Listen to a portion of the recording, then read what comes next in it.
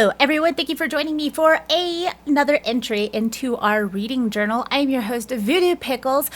Back after a long break, I am so excited to be back doing some recording and some reading and just talking to you guys about the things that I read. It was a crazy holiday season, so we should be going back to our normal-ish schedule of uploads and everything, getting out more videos for you guys. Thank you guys so much for hanging out with me. I really appreciate it. So today we're going to be talking about The Changeling. This was written by Victor Lavelle, published in 2017. And the genres are listed as fiction, fantasy, horror, and literary. And I didn't know that this book is also a television series. I forget what streaming, I think it's like Apple Plus or AMC or something like that. But this was actually made into a series, kind of like Nosferatu. Can you stop? Hi. Percy says hi. She also misses everybody. So yeah, this was made into a TV show as well, and I think there was also a mini movie or something about this. So this book starts off with Apollo's father was a detective named Brian. And Brian met his wife, Apollo's mother, while watching a business front that was being used by the mob in New York City. So while he was a detective, he was working on this mob case, he was watching one of the business fronts, and Apollo's mother was hired to work as a secretary in this office.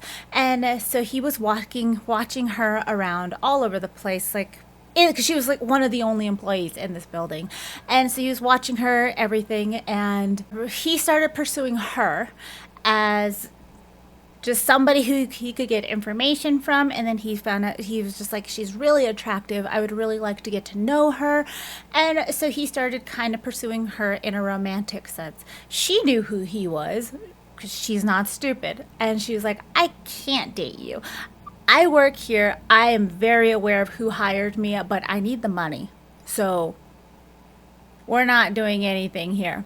And he kept pursuing her, and she was just finally was just like, okay, like, we will go on a date. They started dating and they got married, and he was trying to find a different office for her to work for. She was also trying to find a different office to work in as well.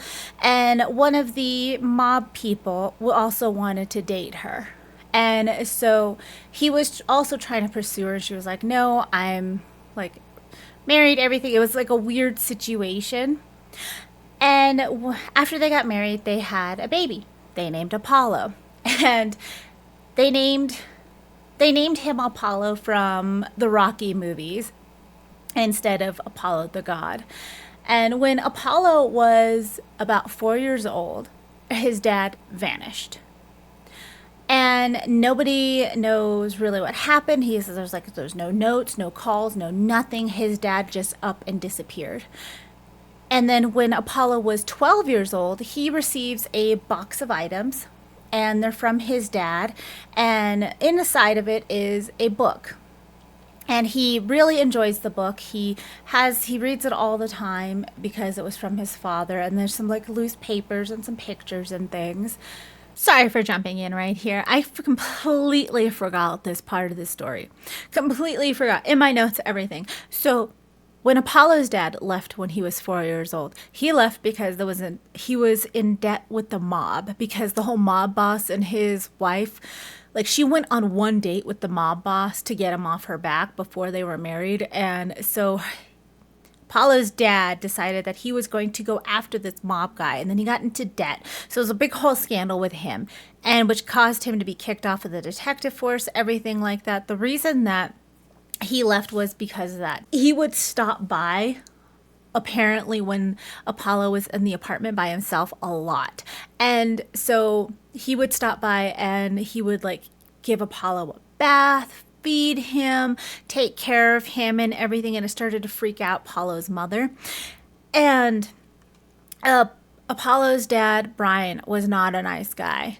Like, it was not a happy marriage. He was a terrible husband, a terrible father, and he is gambling and drinking and all of this, and he got abusive towards her. And so he was doing all of these things, and then he got it into his head that the only way that they could be together was to be together in the afterlife. So he tried to drown Apollo, and he tried to drown him, and his mother caught him before he could completely drown Apollo.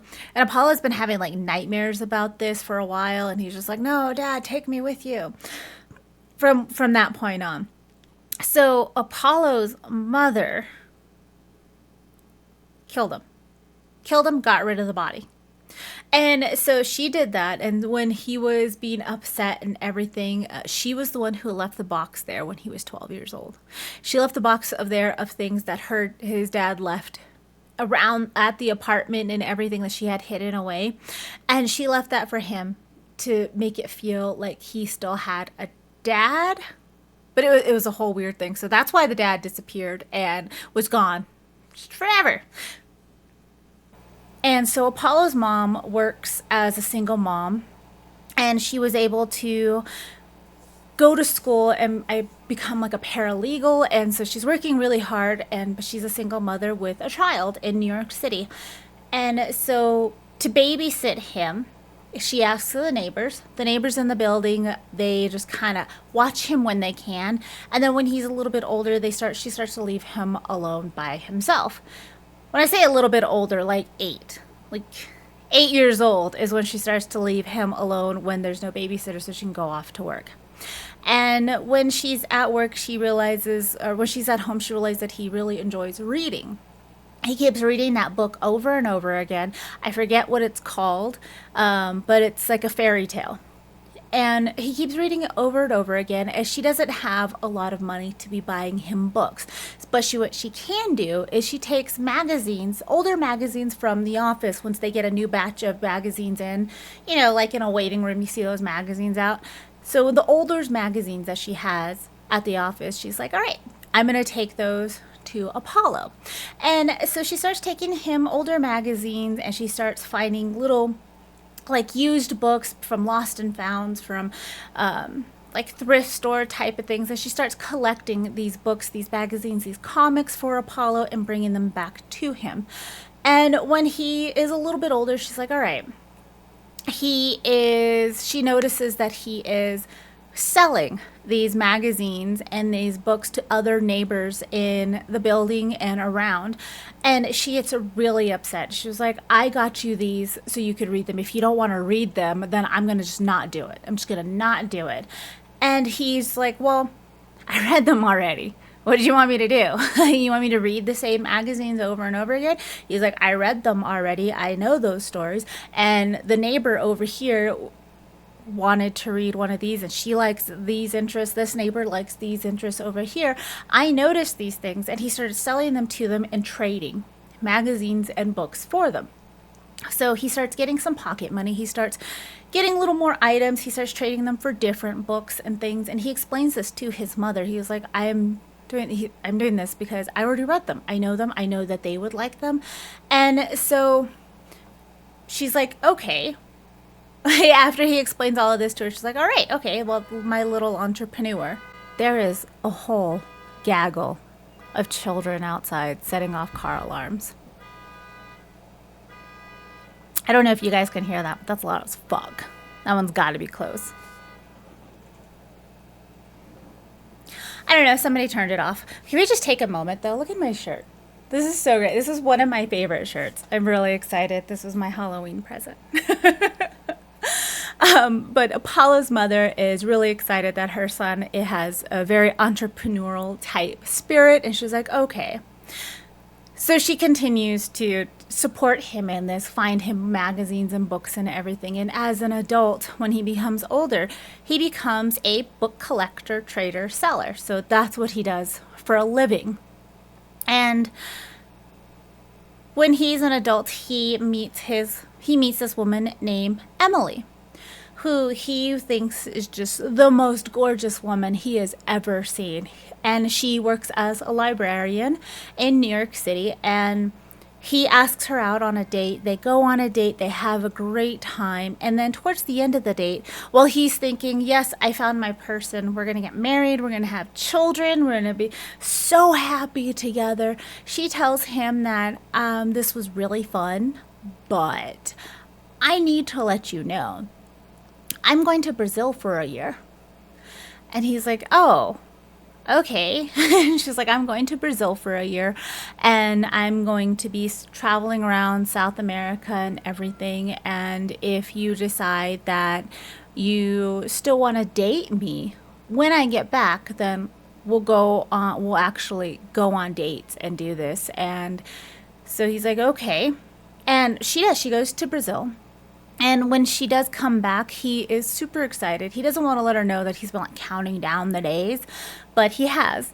And when she comes back with a bracelet, like a little woven string type bracelet on her wrist. She tells him all about Brazil. She tells him about the places that she went, and that the bracelet was from kind of like a witch doctor type person, a whole thing to where she was going to make 3 wishes.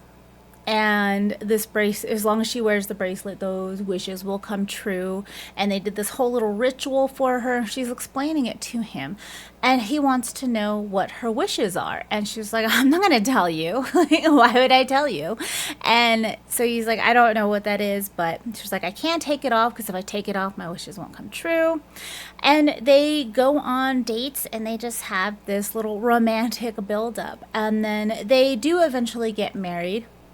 They're super excited. Apollo is like, I have never been so happy in my life with Emily. And he's like, this is just so great. They get their own apartment. And then Emily gets pregnant. And they are very excited. They are just, Apollo is the happiest he could have ever been. He's like, I have my wife. We're going to have a baby. And they're just super excited. When she's further along in her pregnancy in the 3rd trimester, they're trying to induce labor. She's coming close to the time, but I think she's past her due date. And so she's just like, I want to get this baby out. And he's like, all right. So they are going for long walks, and they decide to go out to dinner, and they're going to walk to the restaurant, everything, and try and induce labor.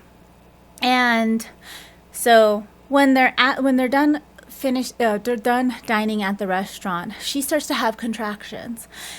And they have a midwife ready to go, which is her sister, who kind of talked them into having a home birth. And she's supposed to be on call around that area, but they told her, it shouldn't happen tonight. Everything's going to be fine. So she's at her house. And when Emily starts having contractions, they start getting quicker, and they're like, all right, well, they call her sister. They tell her sister, meet them at the apartment, and they're going to take the subway. She tells them to take a taxi, but I guess there's some kind of event going on, or some time of the year. I don't really remember what it is, but they decide that they're going to go on the subway instead of taking a taxi back to their apartment, because the contractions are getting more and more intense. So Emily's like, this is going to happen, so we need to get home.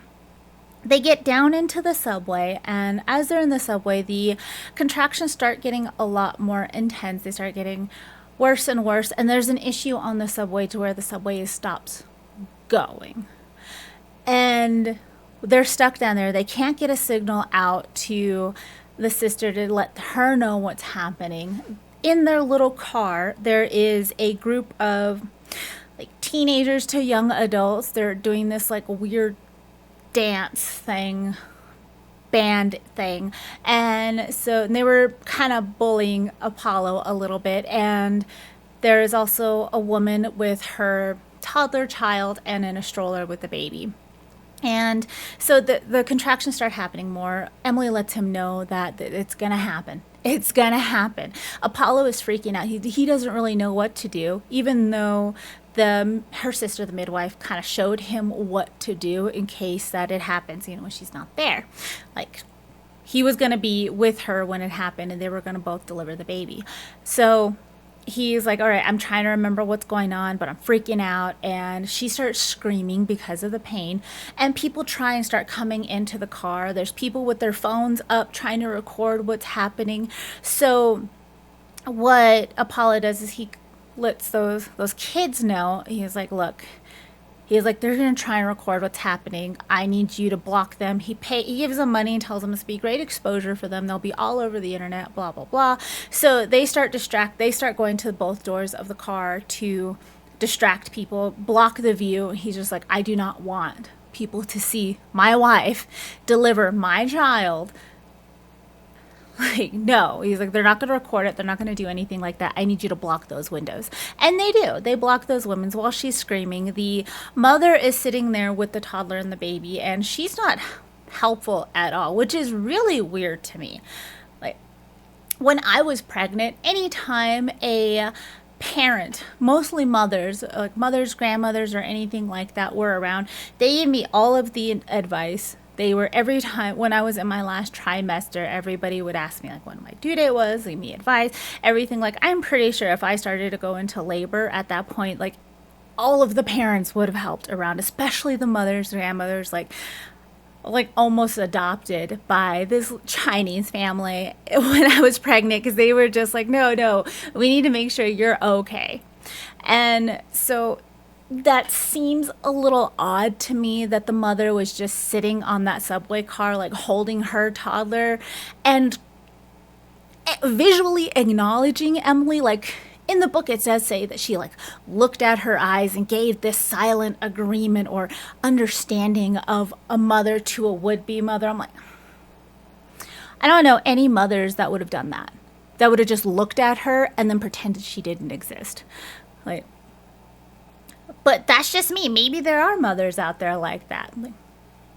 I don't know. I'm just saying, I don't know any of them. I don't think I do. So that was a really odd thing. But that mother just stood there and watched.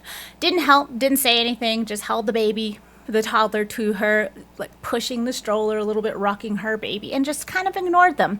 So Emily is down on all fours and she's ready to deliver the baby. Apollo's freaking out, but he's just like, okay, I'm remembering what the midwife said and how this is going to happen. And they do have the baby. Like, she delivers the baby on the train.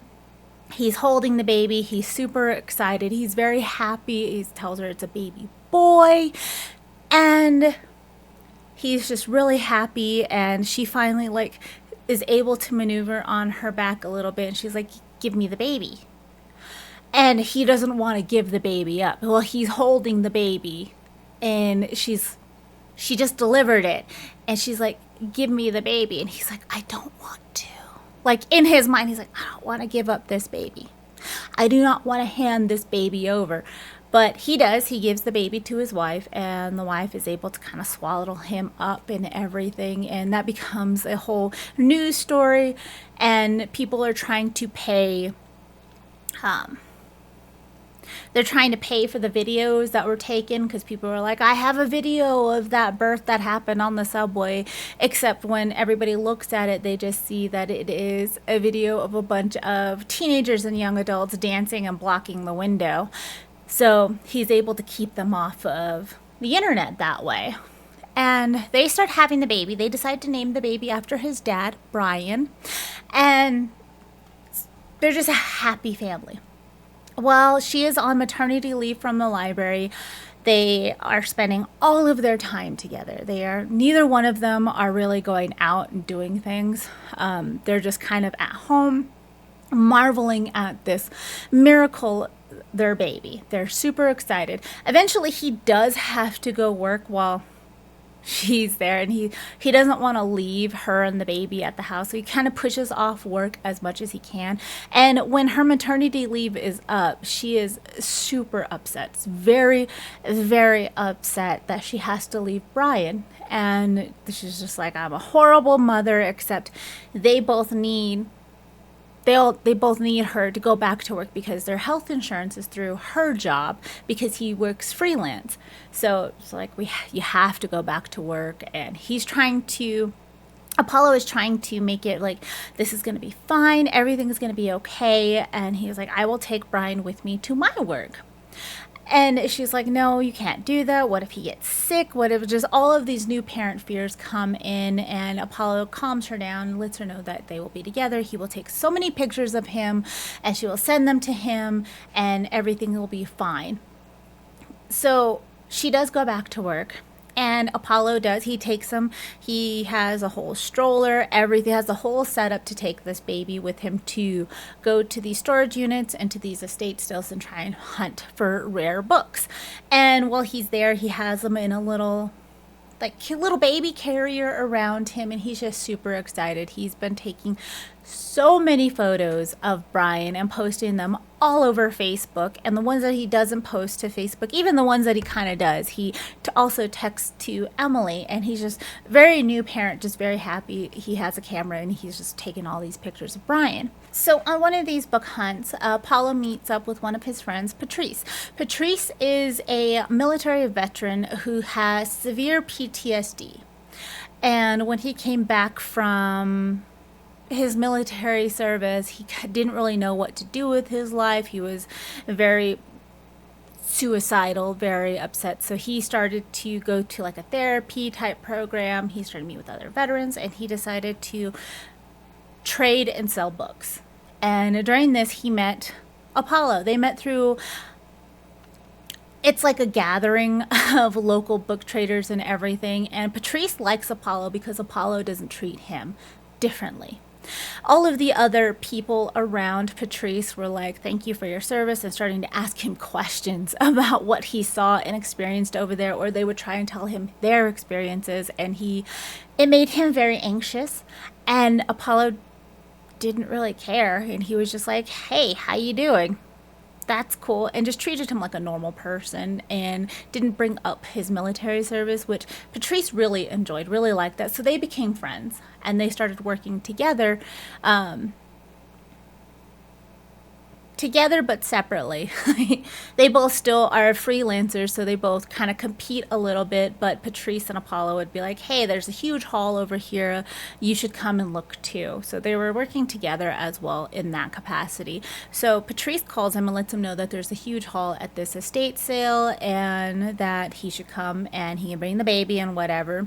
And Patrice is one of the people that aren't super into Apollo's baby. Like when you have a new baby and you bring it into your circle of people, usually like family, everybody's gushing over the baby. Patrice is like, that's cool, that's a baby that's over there, but he is very uncomfortable around children, and him and his girlfriend have decided to never have children. They don't want to do that. And so Apollo goes to this estate sale. He meets with Patrice. Patrice is just like, all right, cool, here it is. I didn't find anything here, but you might find something better, whatever. They go to work. And Apollo is like bouncing Brian in the holder. He's just super excited. He keeps singing and talking to him. And he goes through and he finds a rare book. And when he finds this rare book, he's like, no, it can't be. But it is a first edition of To Kill a Mockingbird. Well, not the first edition. It's a valuable copy because it has an inscription from the author to a friend of the author. And so he's just super excited. He's like, this is going to be worth a lot of money. And so he's like, yay. He's like, here it is. And he was doing this whole estate sale. He texts Emily saying that he's got a big thing and he's really super excited.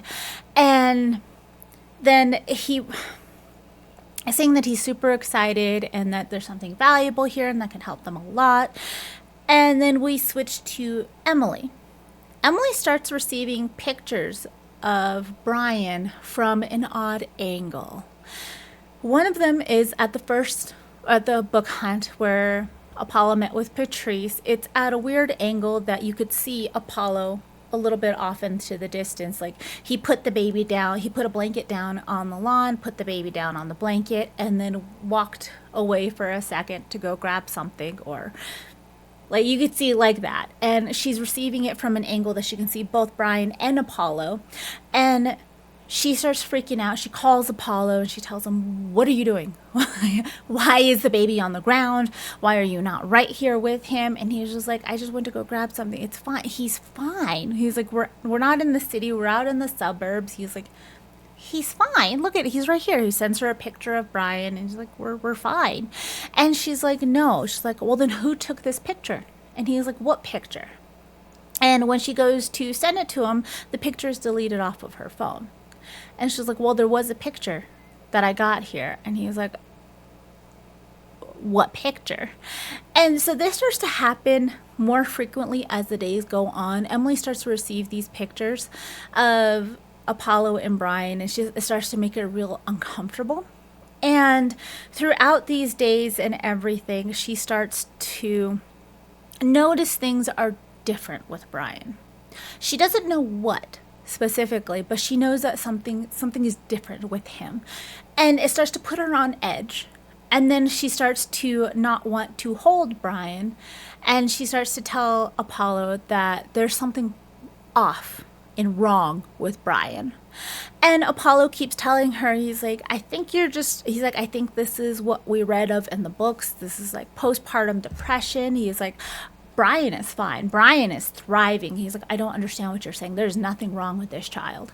And Apollo starts getting more attached to Brian. He doesn't want to let Brian go. He doesn't want to just leave Brian with Emily as much. He wants to take him with him wherever he goes, and he becomes really attached to Brian in a way that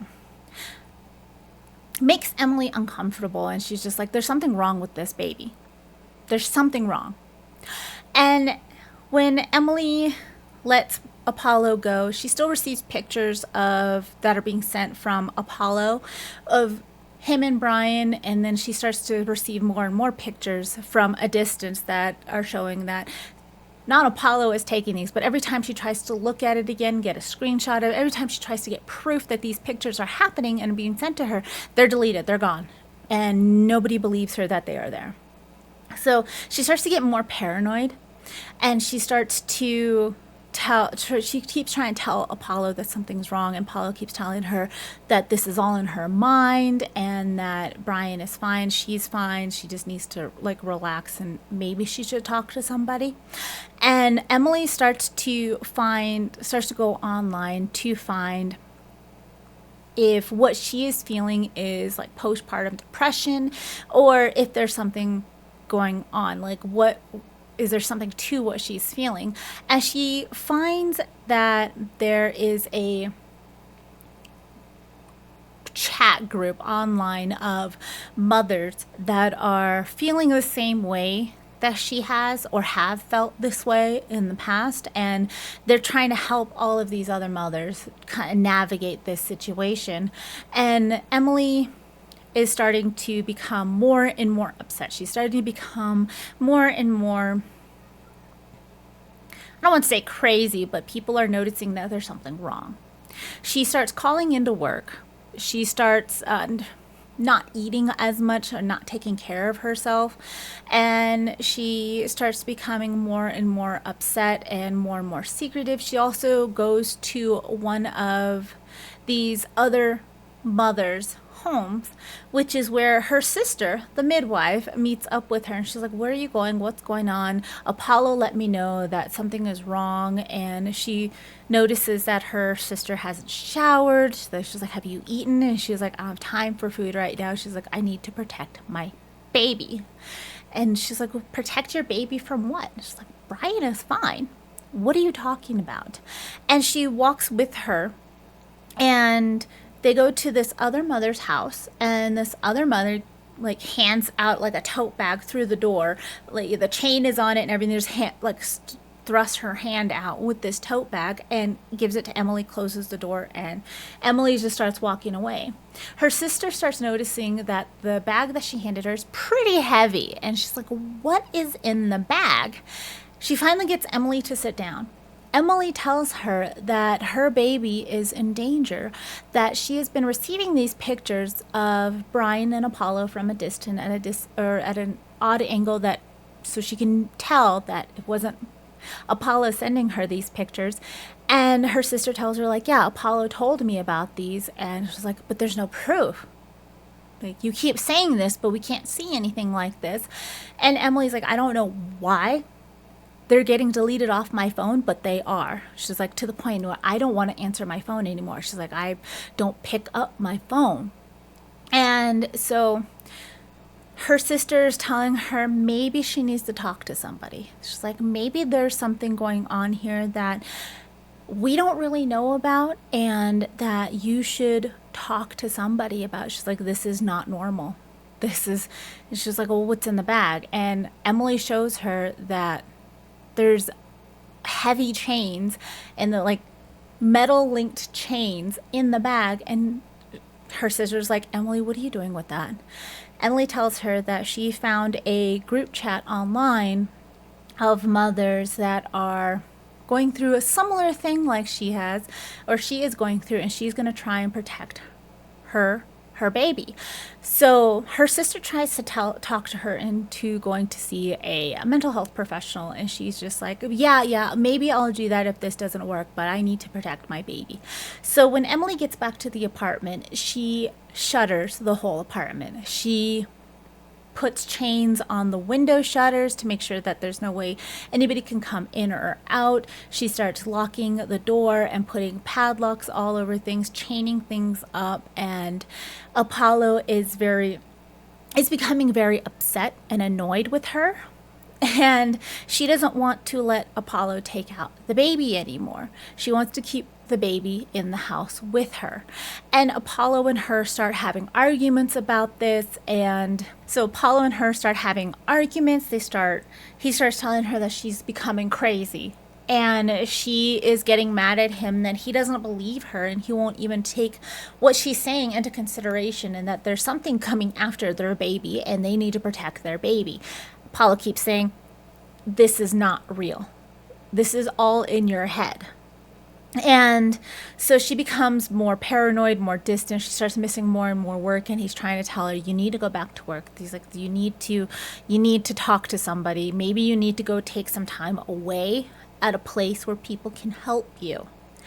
And she starts telling him that after a while that she has failed.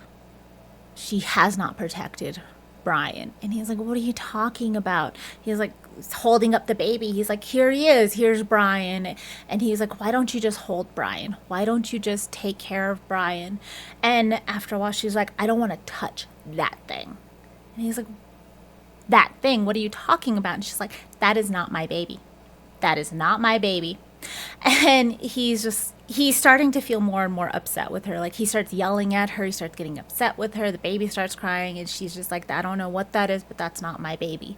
And this goes on for a little bit longer. And then one night he comes back with the baby from his job, and she's cooking, and everything seems normal. And it's been like weeks of not normal. And she's very pleasant. She's talking with him. She's smiling, and she's like, everything is okay. Everything's going to be okay. And so she puts out dinner, everything, and he's like, all right, everything's going to be fine. Everything is going to be fine. And then she hits him over the head.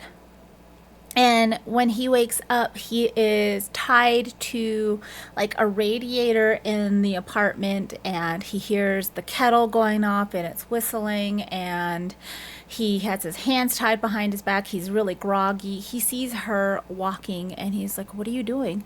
And she was like, I'm going to save my baby. And he was like, what are you talking about? And he's like, your baby is screaming in the other room. He's like, free me, let me go, and we'll save the baby together. And she was like, that thing is not my baby. You're not listening. You never listen. And she picks up the kettle of boiling water, and she was like, I'll show you. That's not my baby. And he sees her start walking. He tries to kick at her. He tries to free himself, and he can't. And then she takes the kettle into the room, and you hear screaming, you hear noises, and then he hears nothing as he passes out. When he wakes up, he wakes up because when he wakes up, he's woken up and he is freed by the police. The other tenants in the apartment complex heard screaming, they heard noises, and after a while they started to smell things and like something's wrong in this apartment, and they called the police. The police showed up. They find him chained to a radiator. They take him to the hospital where he is severely dehydrated. He had some head trauma, and he asks them, how is Brian? Is Brian okay? And they have to tell him that Brian is not alive anymore. And they start asking him questions on where Emily is and if they know where she went. And he's very upset. He starts crying and everything. And then once he's released from the hospital, he gets a shotgun and goes to the library that Emily worked at. And he holds her coworkers hostage because he is convinced that they know where she is at. And the police are called, he is arrested, and he is sent to jail for I don't know exactly how long, but it's not too long. And because they don't really want to press charges on him because of the traumatic things that he has gone through. So when he is released from jail/prison, whatever it is that he's at, he doesn't really know what to do. He doesn't want to go back to the apartment. His mom keeps trying to call him and get a hold of him, but he is kind of refusing to talk to her, and he's just aimless and doesn't know what to do. So he ends up going to the playground that he used to take Brian to, and he sees all of the other babies that Brian used to play with or play around, and he just starts talking to the parents like nothing happened. Like he was like, oh, look, little Jimmy over there is doing this. That is so great. And the dad's there, because it was a dad group that would take their children to this playground, start kind of freaking out a little bit, and they tell him, you need to get the hell out of here. And he is taken aback by this. He's like, why? And like, what happened sucked. And we are so sorry. And there's nothing worse that we could think that happened. He's like, but you don't have a child. And you're at a playground talking to us like you have a child. He's like, something's wrong here. You just need to leave. We're so sorry, but you need to go. You need to go. You need to be with family. You need to talk with somebody. And then you just came out of jail. He's like, you just need to leave. And so he does. He goes back to his apartment. He realizes that it's been cleaned up and that there's food in the refrigerator. And he finds out that his mom has been keeping the apartment clean for him. She's been stocking food for him since he's been released, trying to get a hold of him. And so he doesn't answer. He doesn't really want to talk to her. And he goes through one of the boxes and he finds the valuable copy of To Kill a Mockingbird that he had found right before Emily attacked him. And so he calls Patrice. And Patrice is just like, hey, how you doing, buddy? And Apollo tells him that he's not doing great, but he has something that he thinks Patrice should have. So they go and they meet, and he gives Patrice the To Kill a Mockingbird book copy, and Patrice tells him, this is extremely valuable. What do you want me to do with it? And he was like, I want you to have it. He's like, I don't need it anymore. I don't know what to do with he's like, he kind of resolved to himself that he's just going to turn inwards and just shrivel up and die. And so he's like, I lost my family. There's no reason for me to go on. He's like, have this, sell it, get the money, and go live your life. And Patrice tells him, he's like, I will sell this for you, but I'm not going to take it. He's like, I'll take a small commission. He's like, but I'm not taking it for me. And Apollo keeps telling him, just take it, whatever. I don't care anymore. And Patrice is like, you'll care. It's fine. It's okay. I will sell it off for you. And after a few days, Patrice contacts Apollo and lets him know that he found a buyer for the book, and that this buyer wants to buy the book for $70,000. And the buyer also wants to meet with them to seal the deal of the book. And Apollo doesn't want to go, but Patrice convinces him to go, and that'll be fine. And so they go, and the buyer's name is William Wheeler.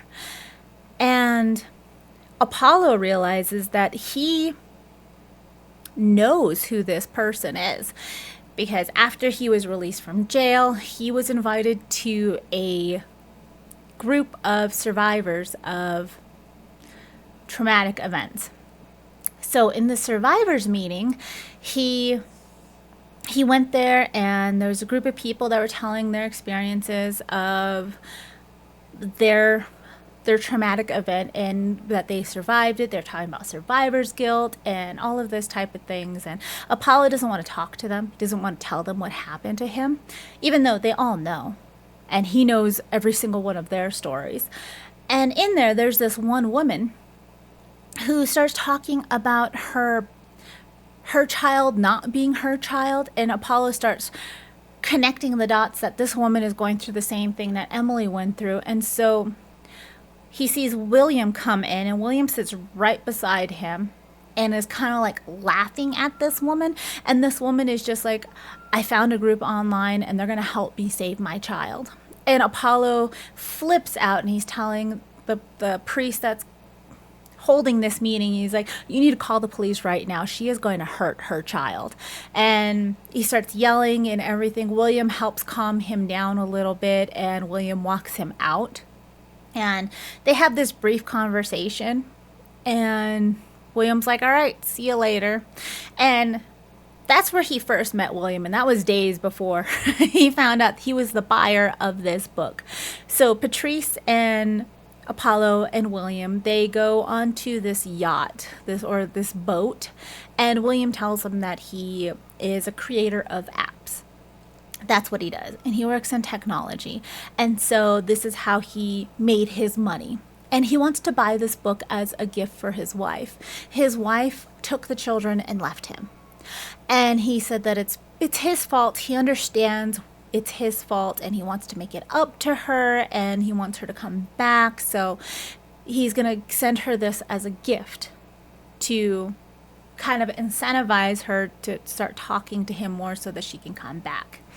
And he's like, this was her favorite book as a child, and he's like, I want this for her. And Patrice and Apollo are like, okay, that's cool. And so he buys the book. And then afterwards, he tells Patrice where he met William before, and Patrice is like, that's a little odd. Imagine the coincidence, just meeting him there. And then after this sale, Apollo starts to be like, okay, he starts doing little things that are not self-destructive anymore. Just little things, like he starts feeding himself more. Before, his mother was coming and making meals and making sure that he would eat at least a little bit of things. And so he starts like cooking for himself, and he makes a meal for his mother, and his mother keeps telling him that he needs to go visit Brian's grave, and that would provide some closure to him so he can start moving on and healing from what happened. And he keeps avoiding the topic of it, and he's just like, I'm getting really anxious about this. And then a few days later, he gets a call from William asking him to meet with him. So they meet in a park, and William tells him that Emily is alive. And Apollo is like, what are you talking about?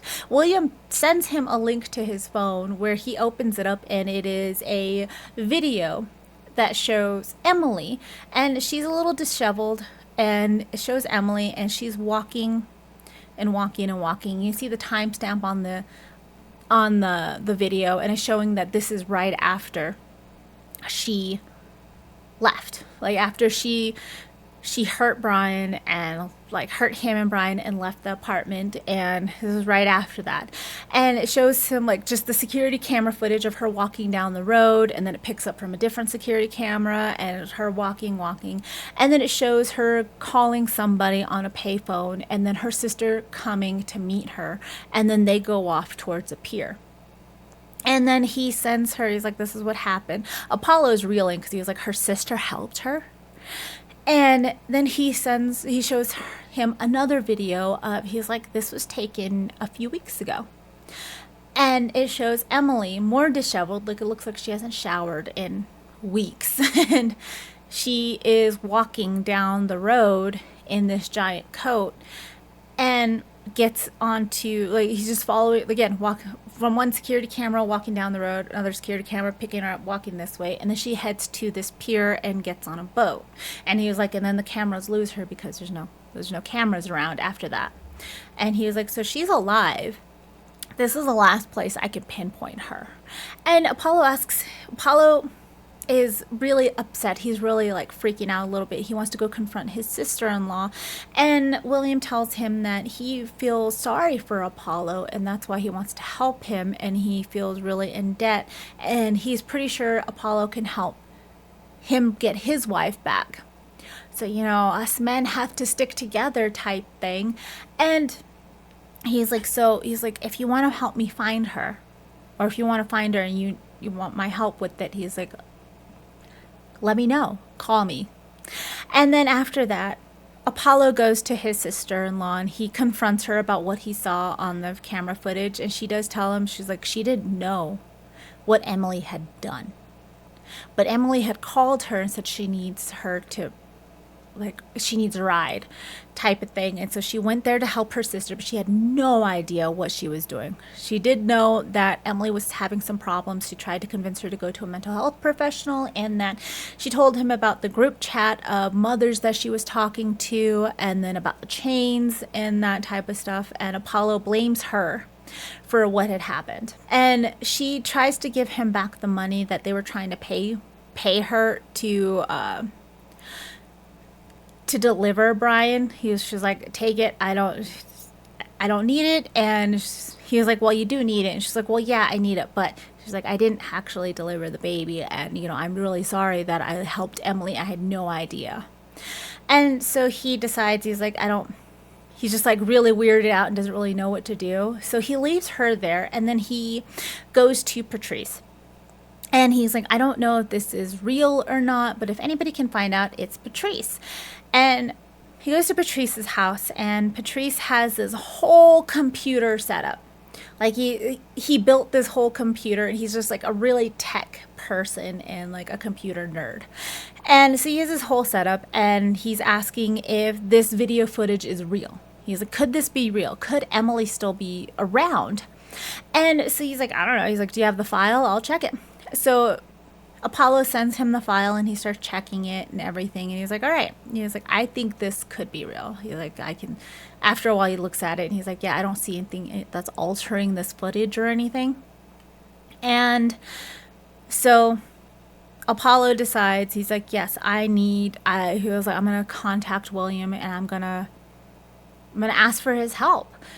And so William tells him that, she left at this pier. I'm going to get a boat, and we're going to go try and find where she went. So he gets a map of all of the local areas off of this coast, and he's like, we're going to travel on this boat. We're going to see where she went. And then while they're on this boat, William tells Apollo about this Facebook page that was made about Brian. And then he tells him that he is so forgiving and such a good person. And he's like, I could never do what you do. And he's like, what are you talking about? He's like, your friend Patrice. He's like, he runs a Facebook page about Brian. And it's like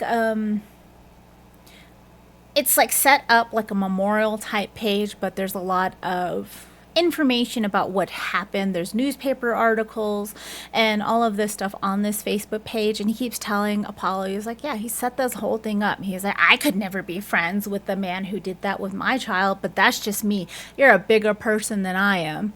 And Apollo starts getting upset. He's like, you know what? I'm gonna confront Patrice about what he has done when I get back. He's like, he's starting to get angry. And they're traveling on this boat, and they have the map out, and they're like, well, these are the only places with some islands that she could go. She wasn't on a big boat with a motor. She was on a rowboat. So they're like, there's only so far she could have gone unless there was something like out over here. So Apollo is trying to navigate a little bit, and then he was like, right there, what about that place? Because William tells him that he's been out there a few times and he can't find anything that she would be at. And Apollo points out this island, and William is like, of course. Maybe that's where she's at. He's like, I've been out here a few times. He's like, I've never seen that island before. They go on to this island, and this island has a bunch of abandoned buildings on it. And this island was set up during, I think, World War I or World War II as a hospital quarantine type section that would hold veterans, then would hold nurses, and used for these type of resources until it was abandoned. And then once it was abandoned, they just everybody just dropped everything and left. So it's a whole island with built up buildings. And while they're walking down towards these buildings, they see a light in the window. Apollo gets really excited, and he's just like, she's got to be here. And he's getting really angry and very upset. He's very upset about what William told him about Patrice. He's really upset about what Emily did, and he wants to hurt her. He wants to hurt her and make her pay for what she did. So he starts running towards this light, and he starts screaming for Emily and that he's going to make her pay. And then as he gets closer to this building, he gets attacked by two women. And he gets attacked, he gets hit, he gets knocked out. He wakes up and he realizes he is being dragged by two women. These two women are wearing like green robes. They have some paint on them, and they look very camouflagey for the area that they're in. And they are taking him to this little stream area, and they try and drown him. They think they fully drown him, but he survives, and they're like, that's interesting. And when he survives the drowning, he is taken to Cal. Cal is the leader of this area. And she is an older woman who is trying to make puppets. That's what she's doing at the moment. They take him to Cal, and Cal is like using felt and ribbons and hot glue, and she's trying to make puppets, and she's like, I've been trying to do this for days. Here, pick up a hot glue gun and help me. And Apollo's like, what are you talking about? What are you talking about? And she's like, no, here, we're trying to put on a puppet show for the children. And when they were taking him to Cal, he noticed that the place was not abandoned, that it was full of women and children. When they first got there, it looked abandoned except for that one light. And then when he was coming back from the stream being escorted by those two women, he realized that it was not abandoned, that they were just all hiding. And so when he was being escorted, they weren't hiding anymore. So there was women, there was children, there was laughter, there was noise, and he was just in awe of it. He was very confused. And Cal tells him that, she's like, did you know that there's a fairy tale that goes around? It was from more of the Netherland type areas, and she tells him the fairy tale of a troll, that there once was a troll that would want to be a parent to human children. And to get these human children, the troll would create changelings, little baby replicants that were made of sticks and mud and bugs and magic. And that they would be replaced by the real babies, and the real babies were taken to this troll. And this troll would try and care for these babies and would get frustrated or angry, and then it would end up eating the babies. And that there was a family that would control the troll for riches. And Apollo's just like, that's a really weird fairy tale. And she's like, well, it's not really a fairy tale. What if I were to tell you this was true? And he's just he wants to call her crazy. He wants to call her crazy, and he's like, you're out of your mind. You are completely bananas. And she's like, no. She's like, Emily didn't think so. And he freezes, and he's like, what are you talking about? He kind of lunges at her a little bit to get closer to her. The warrior women are like showing up out of nowhere, and Cal's like, he's fine. She tells him that Emily came to them because she noticed some differences with her baby. that there was some issues going on, and she found them, and they were trying to help her save the baby before it was taken by the troll. And he was like, that's crazy. And he was just like, no. She's like, and the baby was replaced by a changeling, and Emily firmly believes that her baby is still alive. So when she came to them after she hurt him and Brian, she went straight to them on that island. And she stayed there for a while, and she would go back to the mainland and get books and everything. And she built a little library for the children there. She had them reading, and she was a very big help to the community. But she wouldn't stay here because she was very convinced that Brian was still alive and that he needed her help. So she went back to the mainland, and she's like, we haven't heard from her since, but she is very convinced that your son is still alive. And Apollo is just shaken. He's like, you guys are just what? And she was like, no.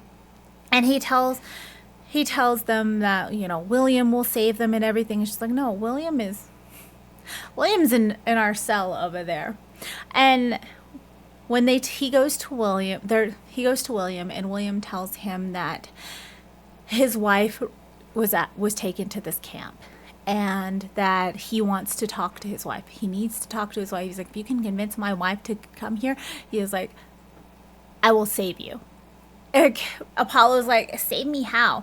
And William tells him, I brought in reinforcements. They will be coming very soon. He's like, you will bring my wife to me.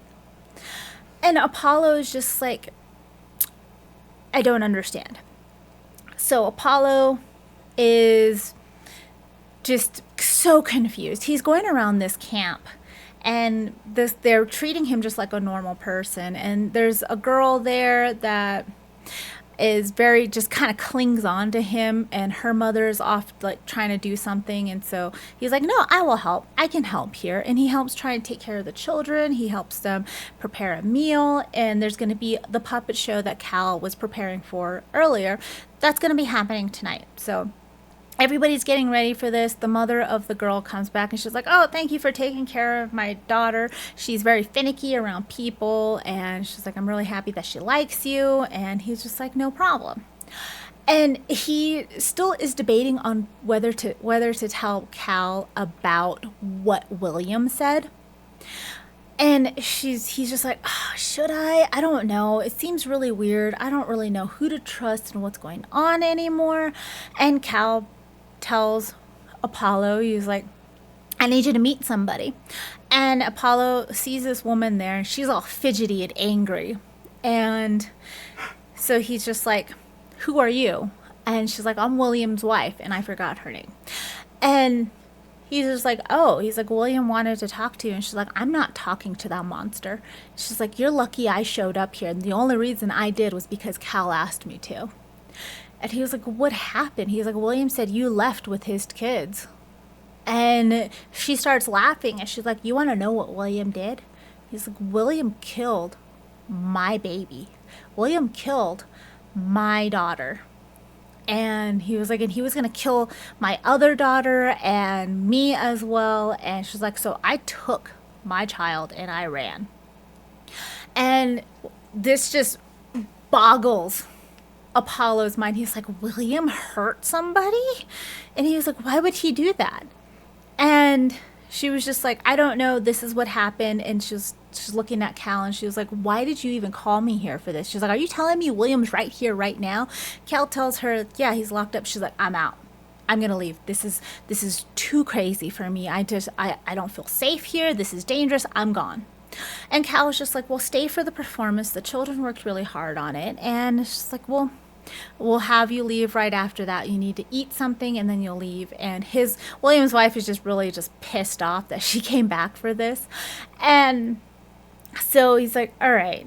And then right when the puppet show is starting and everything, he's finally like, oh, Cal, William said that there was reinforcements coming and we'd be sorry. And Cal is just like, what? When did he say this? He's like, well, when I met him earlier yesterday-ish. And so Cal's like, oh, shit. And at that point in time, there's explosions starting to happen around the island. There's like boulders flying places. Apollo doesn't really know what's happening. Cal drops right into evacuation. Let's go. And there's little, like I said, explosions, fires happening around. Apollo's like freaking out a little bit. Cal grabs him and he's just like, we need to save everybody. And he's yelling and everything. And he's just like, what's going on? And Cal like grabs him, takes him towards where the puppet show is happening, and then there's a poster. She rips it off, and there's a hole there, and people are starting to file through the hole, and he's still freaking out, and they go through. Cal drags him along with them, and he is super surprised that nobody is talking. He was the only hysterical one there. Everybody else is super quiet. And when they're going through this tunnel thing, it takes them to the coast where there is a large boat. And they start filing the women and children onto this boat. And the women are super quiet. The kids are super quiet. And he's just like, he's like, what's going on? He's just like, we're evacuating. William is attacking. We can't let him have these families.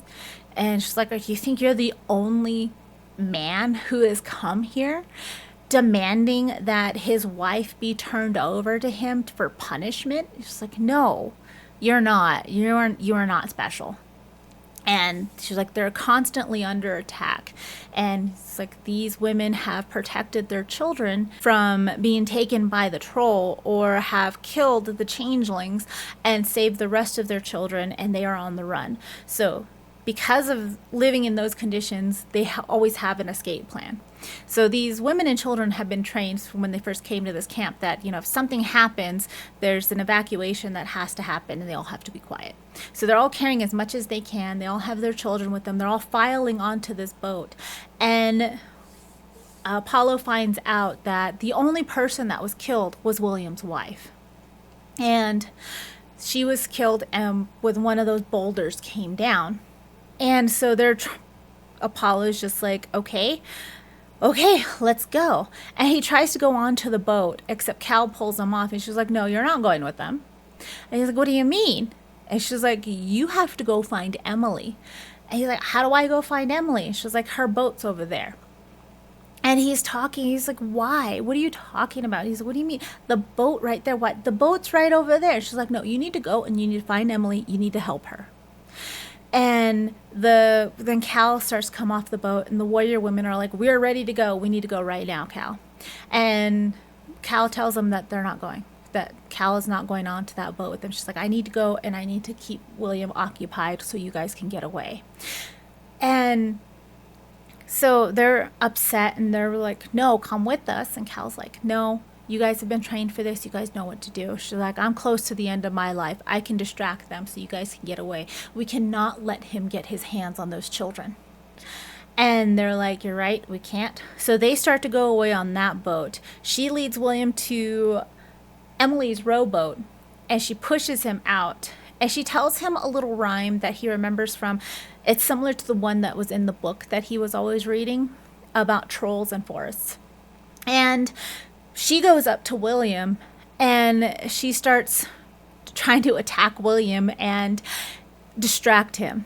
And she shoots him, and he's like, they fight and everything. She thinks she shoots him. And before she goes up there, she tells Apollo, she's like, you need to hurry up and go as fast as you can. He was like, why? And she's like, because the other one can swim. And then just takes off. And then Apollo's just like, I don't understand what's happening. I don't get it. And so he's just like, okay. So he starts rowing back towards the mainland, and he finally gets to the mainland, and he's like, I don't really know what's going on. He contacts Patrice, and he tells Patrice what happened. And Patrice doesn't really believe him, but he tells him he needs to go to the cemetery where Brian is buried, and he has to find out for sure if that's Brian. And after a while, Patrice is like, okay. He's like, if this is what you need to be okay, then let's go. So they go to the cemetery where Brian is buried, and it takes them all night to dig up Brian.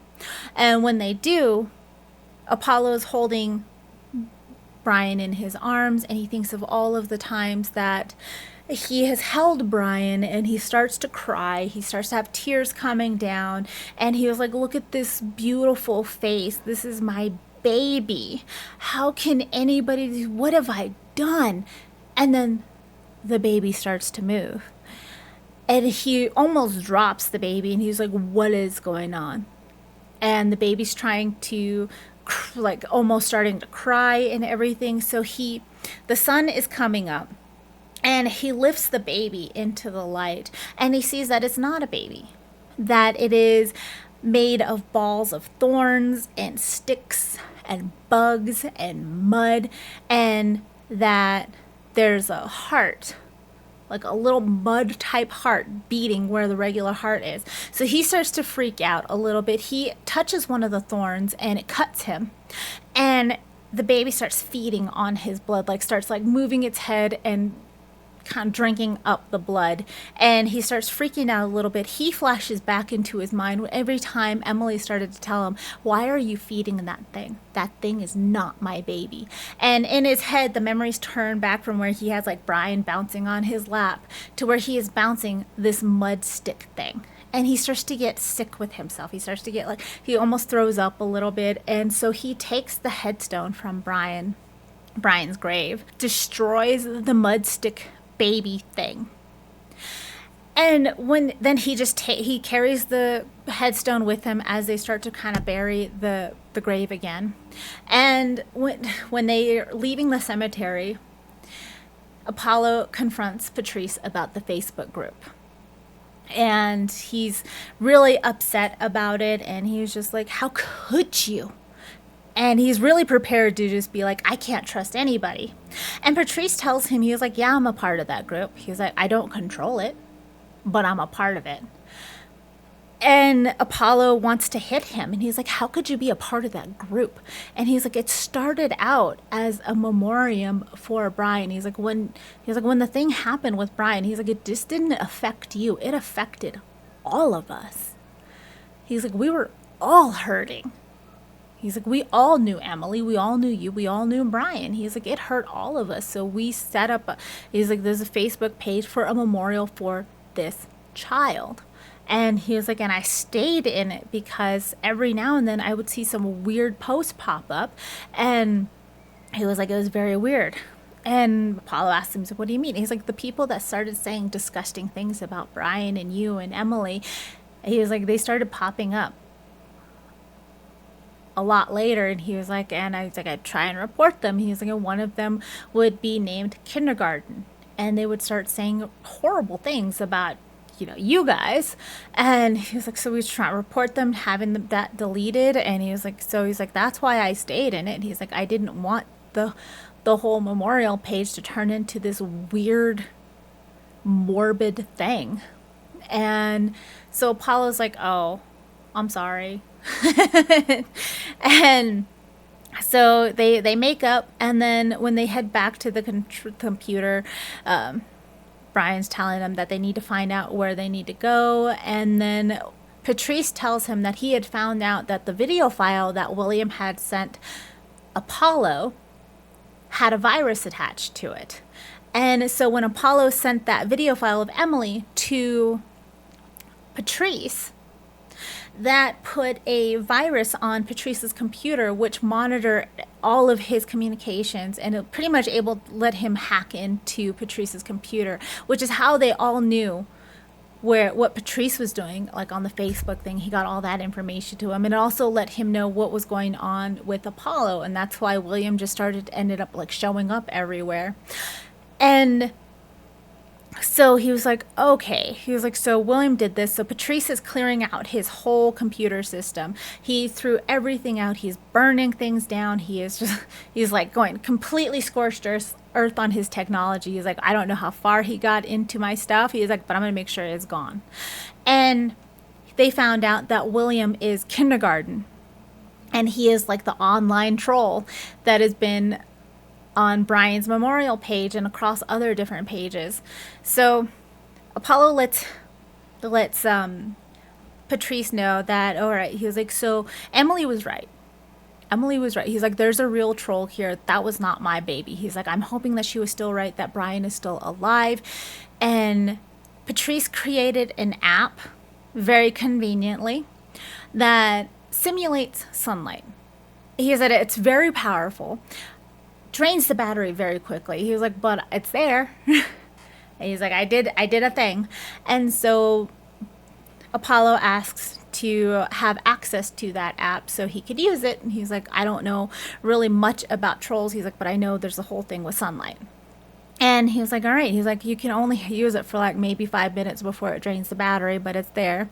And Apollo decides that he's going to go find Emily. So he goes back to his apartment, finds the overnight bag that they packed for when they were going to plan on having a hospital birth, and he finds that there's still stuff in it that Emily packed. Like there's massage oil for her belly and her back, everything. There's some clothes. There was some clothes for Brian and all like things like still packed in there. So he keeps those things in there, and he packs more things from Brian from when he was older, and like clothes and blankets and diapers and things, and he packs things for Emily, some clothes and some toiletries and things, and he decides he's going to go find her.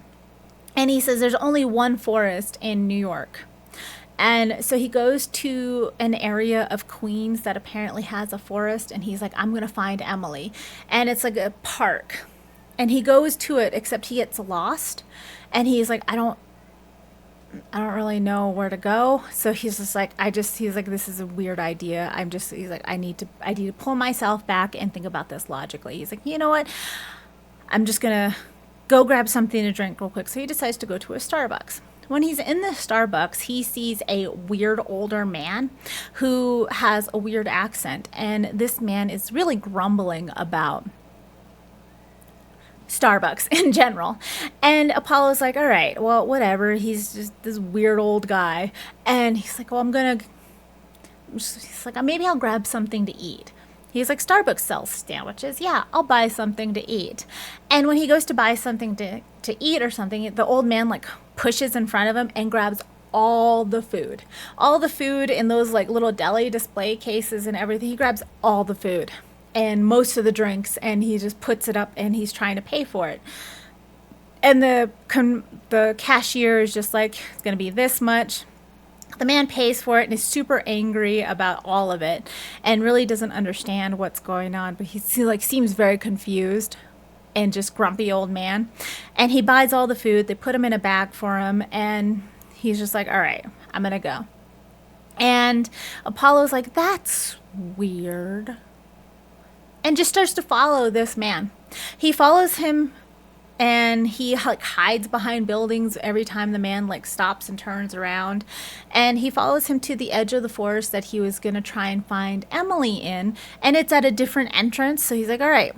He follows him there, and the man puts the bag down of Starbucks food and drinks and puts it on one of the steps leading up into the forest. And he starts like leaning down and looks like he's kind of praying, and Apollo sees something moving out of the forest, and it's Emily, except it's not Emily, except it is. Emily is floating. She's got this blue mist swirling around her that's like lifting her hair and everything, and she looks down at him, and he has the food there, and he kind of pushes it towards her on the step and walks away. And he puts the food down and everything, and Apollo's just like, what is going on? Is that Emily? And he sees the man start walking away, and when he looks back, Emily's gone. The food is gone.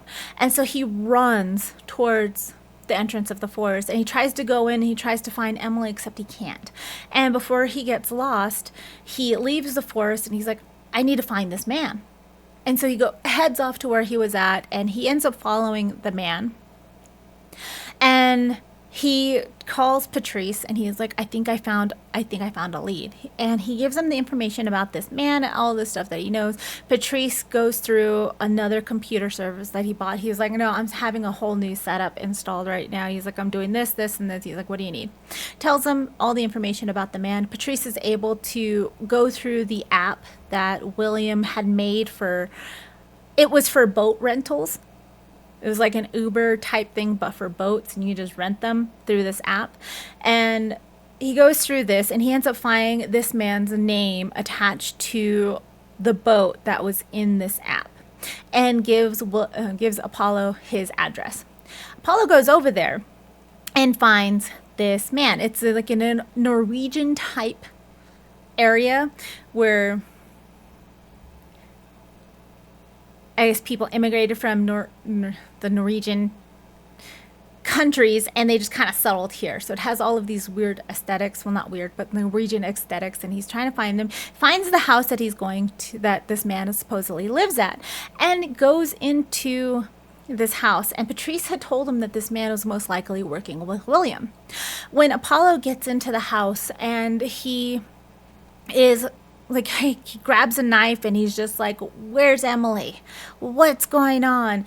And the man explains to him that he is not helping Emily willingly, that she's an evil witch and she won't leave him alone. And so the man tells him that Emily confronted him and asked him about the troll, and he was just like, I don't know. He's trying to get rid of her. He's like, I don't know what you're talking about. I don't know what's going on. And she started talking in his mind with her new witchy powers, and keeps him awake all day and night, repeating stories and things to him. And so he was like, so she makes me do things. She makes me do things. He's like, I have to cook food and I have to bring it to her. And he's like, or else she makes it worse. So he brings her food, and he's like, today of all days, she decided that she wanted me to go to this weird cafe, Starbucks, and bring her food and drinks. He's like, so that's what I did. And he tells him a story about the troll. And he tells him that his ancestors brought the troll over from the old country to the United States, and that they would sacrifice children to the troll for riches. That was traditionally what his family did. And he had stopped doing that, and now he just tries to keep the troll like appeased a little bit, but like just, he doesn't feed him like children, and he just wanted to forget the whole thing. And then his son, William, found out that the stories that he learned about trolls and things were real. And he decided that it was his inheritance as a part of this family to control the troll for money. And so William sacrificed his daughter to the troll to take control of it in that forest, and take control over it and have it bring him money. And that's when he sacrificed his child for it, his wife realized that, she had a changeling and not a child. She got rid of the changeling, and William's been trying to find her ever since, because she took the other daughter and took off. And that Cal's camp place helped her escape and relocate. So that's what's been going on. And William wasn't using all of this stuff to try and win her back. He wanted to find out where she was so he could kill her and find his other daughter to sacrifice her as well. And the book that he bought, the To Kill a Mockingbird, like, he wrote in it that he was going to find her and that he knew where she was, and all of these threats and stuff. And he wrote that on almost every page when he sent it to her, or it finally got to her. And that he would always find her, because he used all of this technology, all this technology and things, and he would always end up finding her. She would have to pick up and move again every time he found her. And this man is telling Apollo all of these things, and he's like, I just want all of this to stop. So Apollo's kind of confused and just dumbstruck, and the older man goes to attack Apollo. And Apollo ends up stabbing him and killing him. And when he does that, he just picks up and goes to this forest to go find Emily. And he does find Emily. He notices that she's very pale, she's very skinny, that she has this stuff swirling around her, and he takes her the sheep's head on a platter, because that's what this older man he's been preparing this like traditional sheep's head dish for her. And so he takes it to her, but she's ignoring him. Like she's not register it's not looking like she's registering that she knows him. And she holds up the sheep's head and just starts using her fingers and starts eating it while staring at this cave. Apollo looks down at this cave and he sees that there's a bunch of like white sticks and wood and everything down in it. She tells him that Brian is alive and he's down there with the troll, but she can't get to him. And when Apollo tries to sneak closer to the cave, he notices that though it's not like white stones and wood and stuff, those are bones. And so he convinces Emily to go back with him to the old man's house, and he's like, until nighttime, he's like, we're gonna get him back. And then once he convinces her that everything's gonna be fine, they're gonna get Brian back, like she stops floating and falls into him, and he has to pretty much carry her all the way back. And he gives her a bath, he washes her off, he uses the oil and massages her, they have sex, and they rest and they talk. And Emily tells him about the signs that she noticed in Brian and how she was so frustrated that Apollo didn't believe her and started calling her crazy. And then she found the group online that was telling her about changelings and about trolls and everything. And when she went to the commune, and she said she noticed that the children didn't have books, so she would try and go find books and bring them back for the children. But through all this, she knew that Brian was still, she could still feel that Brian was alive. So what she did was she conjured magic from herself to protect Brian. And when she left the commune, she knew exactly where to go to find the troll. And so she went to that cave and she just conjured all of this like motherly protectiveness to protect Brian. And that's when she started flowing and started getting this blue swirly swirls around her. And Apollo tells her about what he's been through. He tells her about going to jail for holding her coworkers hostage. He tells her about meeting William and what was going on with that and going to the commune. And he's like, and we're gonna go get Brian back. And she's like, all right, let's do this. And he was like, well, you're magic now, so it'll be great. It'll be easy. And she's like, yeah, I'm not anymore. And he's like, what do you mean? And she's like, I became a witch because I needed to. And she's like, but now you're here. And she's like, I don't have to put all my energy into that anymore, and it's gone now. And he was like, oh. He was like, well, then I don't really know how we're going to do this, but we'll figure it out. It'll be okay.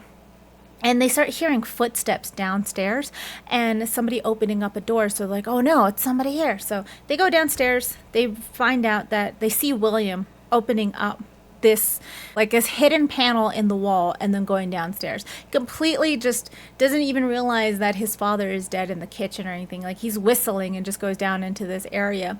And they go down in there and they find out that William is sitting at this huge he's sitting at this big wall of screens, and he has his computer there, and there's screens everywhere. And then on some of these screens there's other men like on a Zoom call talking to him. There's also other screens of what looks like the cave and tunnel system, and those are like infrared night vision type things. And then on other screens they're cycling pictures of families with children. And there's another screen where it looks like there's bidding going on. And so Emily starts getting really mad, and William's talking about what family is going to be next, and he's pulling pictures off of Facebook and everything to put on this bidding website for people to bid on whose family is going to be next to be made into a sacrifice. And Emily gets really pissed off and just goes forward and just starts attacking William and trying to get more information from her. They find out that William has set up this whole network of cameras to stream the trolls going ons, and that they pick families who have a very large online presence, and they also use surveillance cameras, and they go out and they have people with like regular cameras to take pictures of families out and about, but they mostly go through people who post a lot like on Facebook and online, and they bid. They put their pictures up on a website on the dark web, and people bid on which family is going to be next to have a child sacrificed to the troll. And then they bid over on top of that, they bid on how long the child will last. And then they sell footage of what happens off to the highest bidder as well. So they have this whole network of things, and he said that there's hundreds of men like him across the country that have this going on, and it gets Emily so mad that she ends up killing him. And he also has a webcam on him, and it starts to freak out all the other men, and she just like beats him to death.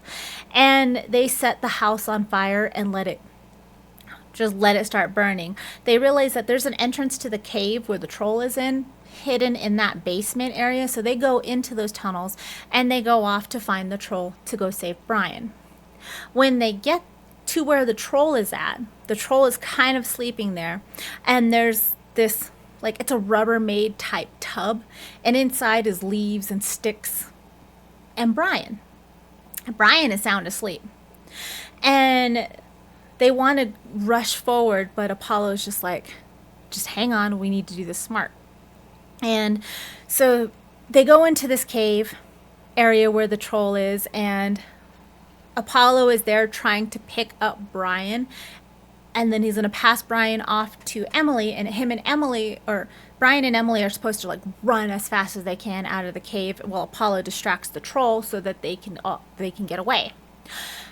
Except when he goes to pick up Brian, the troll wakes up, and the troll starts to chase them, and Apollo ends up leaving Brian into the Rubbermaid thing so he doesn't get smushed. And so they're trying to maneuver and trying to figure out how to get Brian out of this. And the troll picks up the baby and swallows it. And Apollo starts freaking out. Emily starts screaming. And so Emily grabs the knife that Apollo had, that he killed the old man with, that they brought with them, and starts attacking the troll. And she's attacking the troll. She's trying to slice at it. Apollo uses the app that Patrice made and blinds the troll. And they end up slicing the troll open and getting Brian out, because he swallowed Brian whole. So they get Brian out, and the troll's still running after them. And they've been running and chasing it, and it ends up outside of the cave when this is all happening. And while the troll is there and is trying to attack them, they have Brian, and they're like splitting up, trying to keep out of the troll's grasp. And the sun comes up and turns the troll into stone. And it ends up toppling over and then shattering. And when that happens, they're super happy. They're so excited. Yay, they saved Brian. They end up going to a bus stop that's right near the area, and they're just like, let's go home. And they take the bus with Brian back to the apartment. And that was The Changeling. So I liked the story of this book, like the main type of story. I liked the story about changelings. There was a whole time where I was just like, no, I needed to consume all of the things about changelings, which is originally why I read this book in the first place. But there was a lot of times where I had questions, and I was just like, well, what happens now? What do you mean they just go back? And I was like, this is all very not coincidental. This is all very great timing for you that all of these things happened. Like, you guys, your friend just happened to make a daylight simulation app and hand you the app so you could use it on a troll. And I was like, why would he make that? It explained it in the book, but I'm like, it's not, the explanation wasn't satisfactory. It felt very, a lot of times in the narration, it felt very forced when things would happen the way it happened. And I was just like, oh, I don't like how this was explained. It was you're shoehorning in all of these events to make this fit this perfect little narrative, and I'm like, it doesn't. It doesn't. Like, and I wanted to know more about the commune. What do you mean? What do you mean? What is going on with this?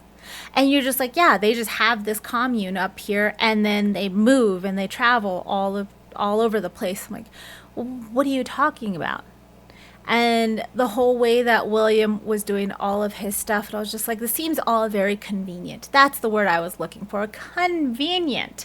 It was all very convenient for the narration of this story. Overall, I felt like this book took forever.